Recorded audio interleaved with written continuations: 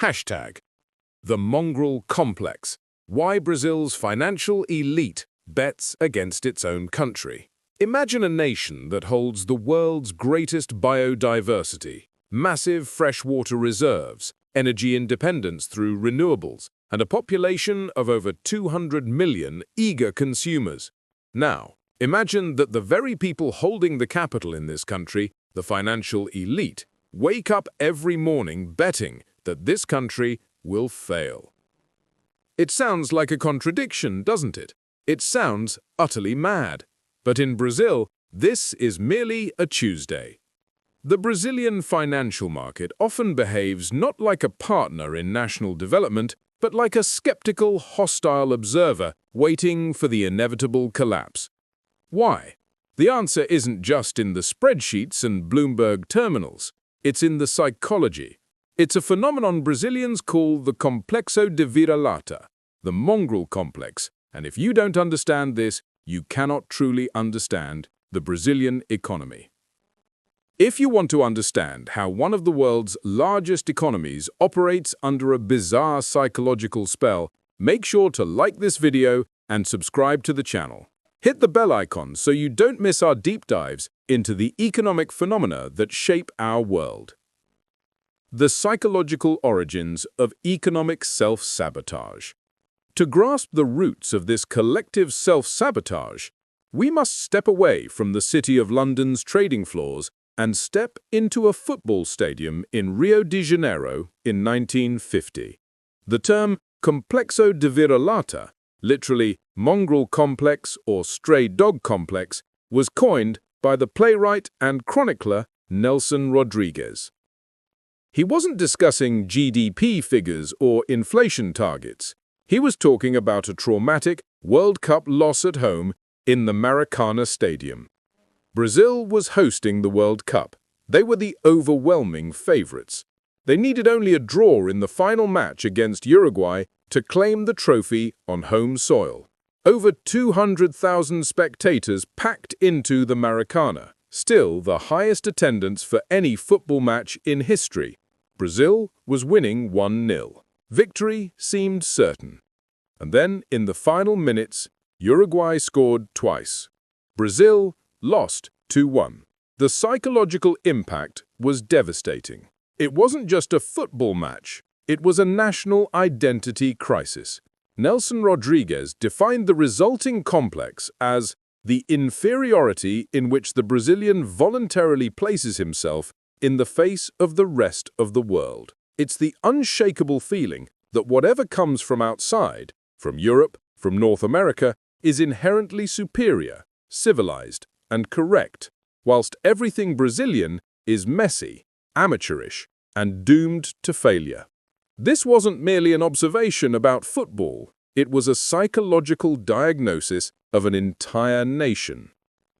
Rodrigues perceived something profound, that Brazilians carried a collective psychological wound, a deep-seated sense of inferiority that extended far beyond sport. It was about national identity, about how they saw themselves in the mirror of world history. Brazil, after all, was the last country in the Americas to abolish slavery, not until 1888.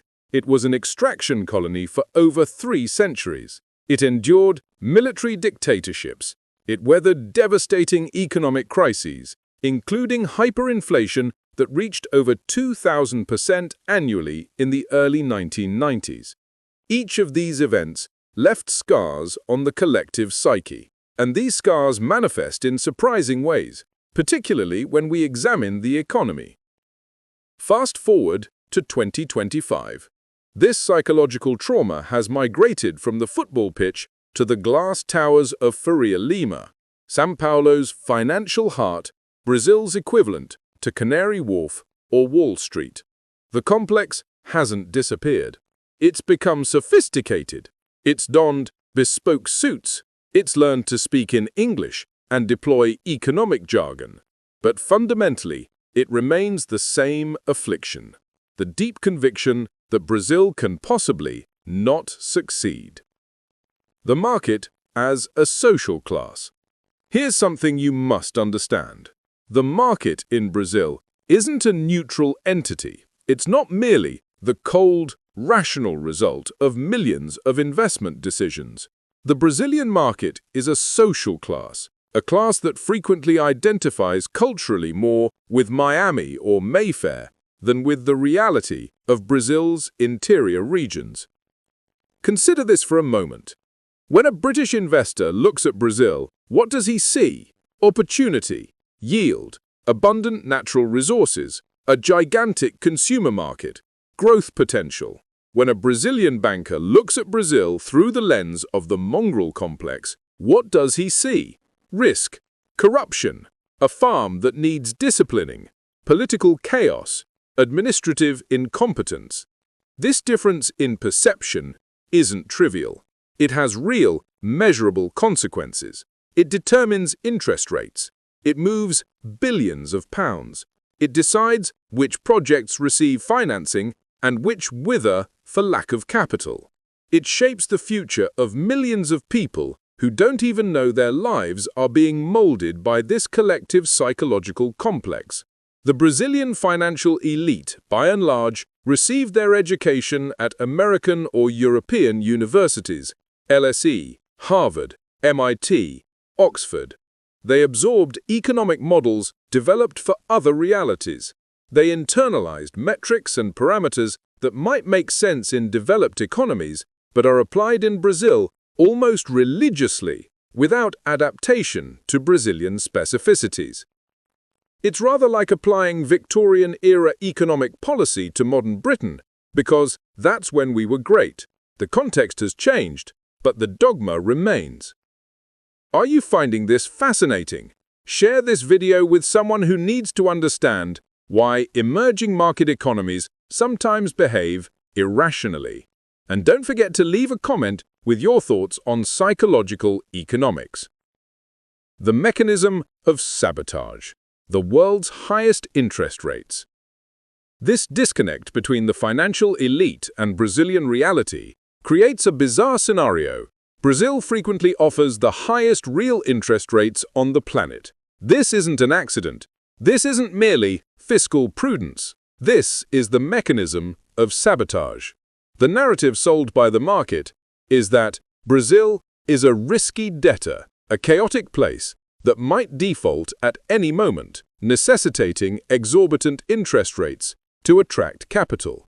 This is what we might call fiscal terrorism, the systematic use of fear and the threat of crisis to justify policies that benefit a privileged minority.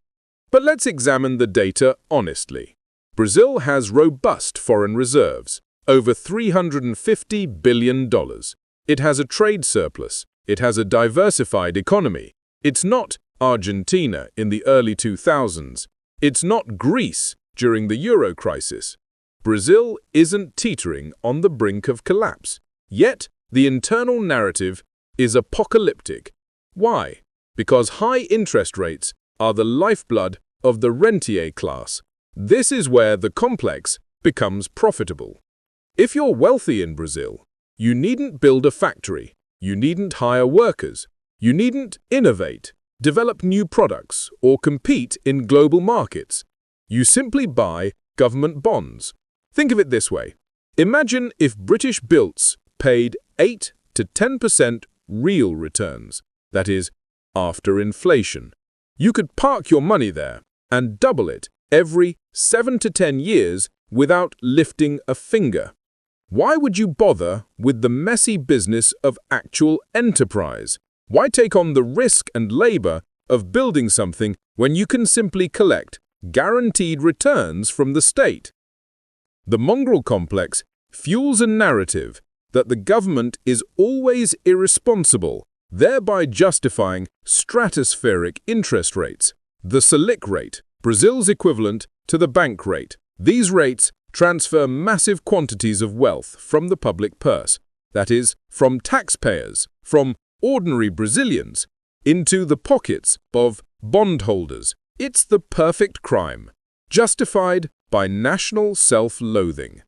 Consider the perverse genius of this scheme, the very psychological insecurity of the Brazilian elite, their Mongrel complex. creates the justification for a system that enriches them astronomically without requiring them to produce anything concrete. They profit from disbelief in their own country. The more pessimistic they are, the more money they make. It's a perverse incentive structure that encourages precisely the behavior that hinders national development. To put this in British terms, imagine if the City of London's entire business model was predicated on betting against Britain's success, and the worse Britain performed, the richer the city became. It would be a national scandal. Yet in Brazil, it's simply how the system operates. The self-fulfilling prophecy. Let's examine how this plays out in the real world. A market dominated by the Mongrel Complex panics at the slightest hint of social investment.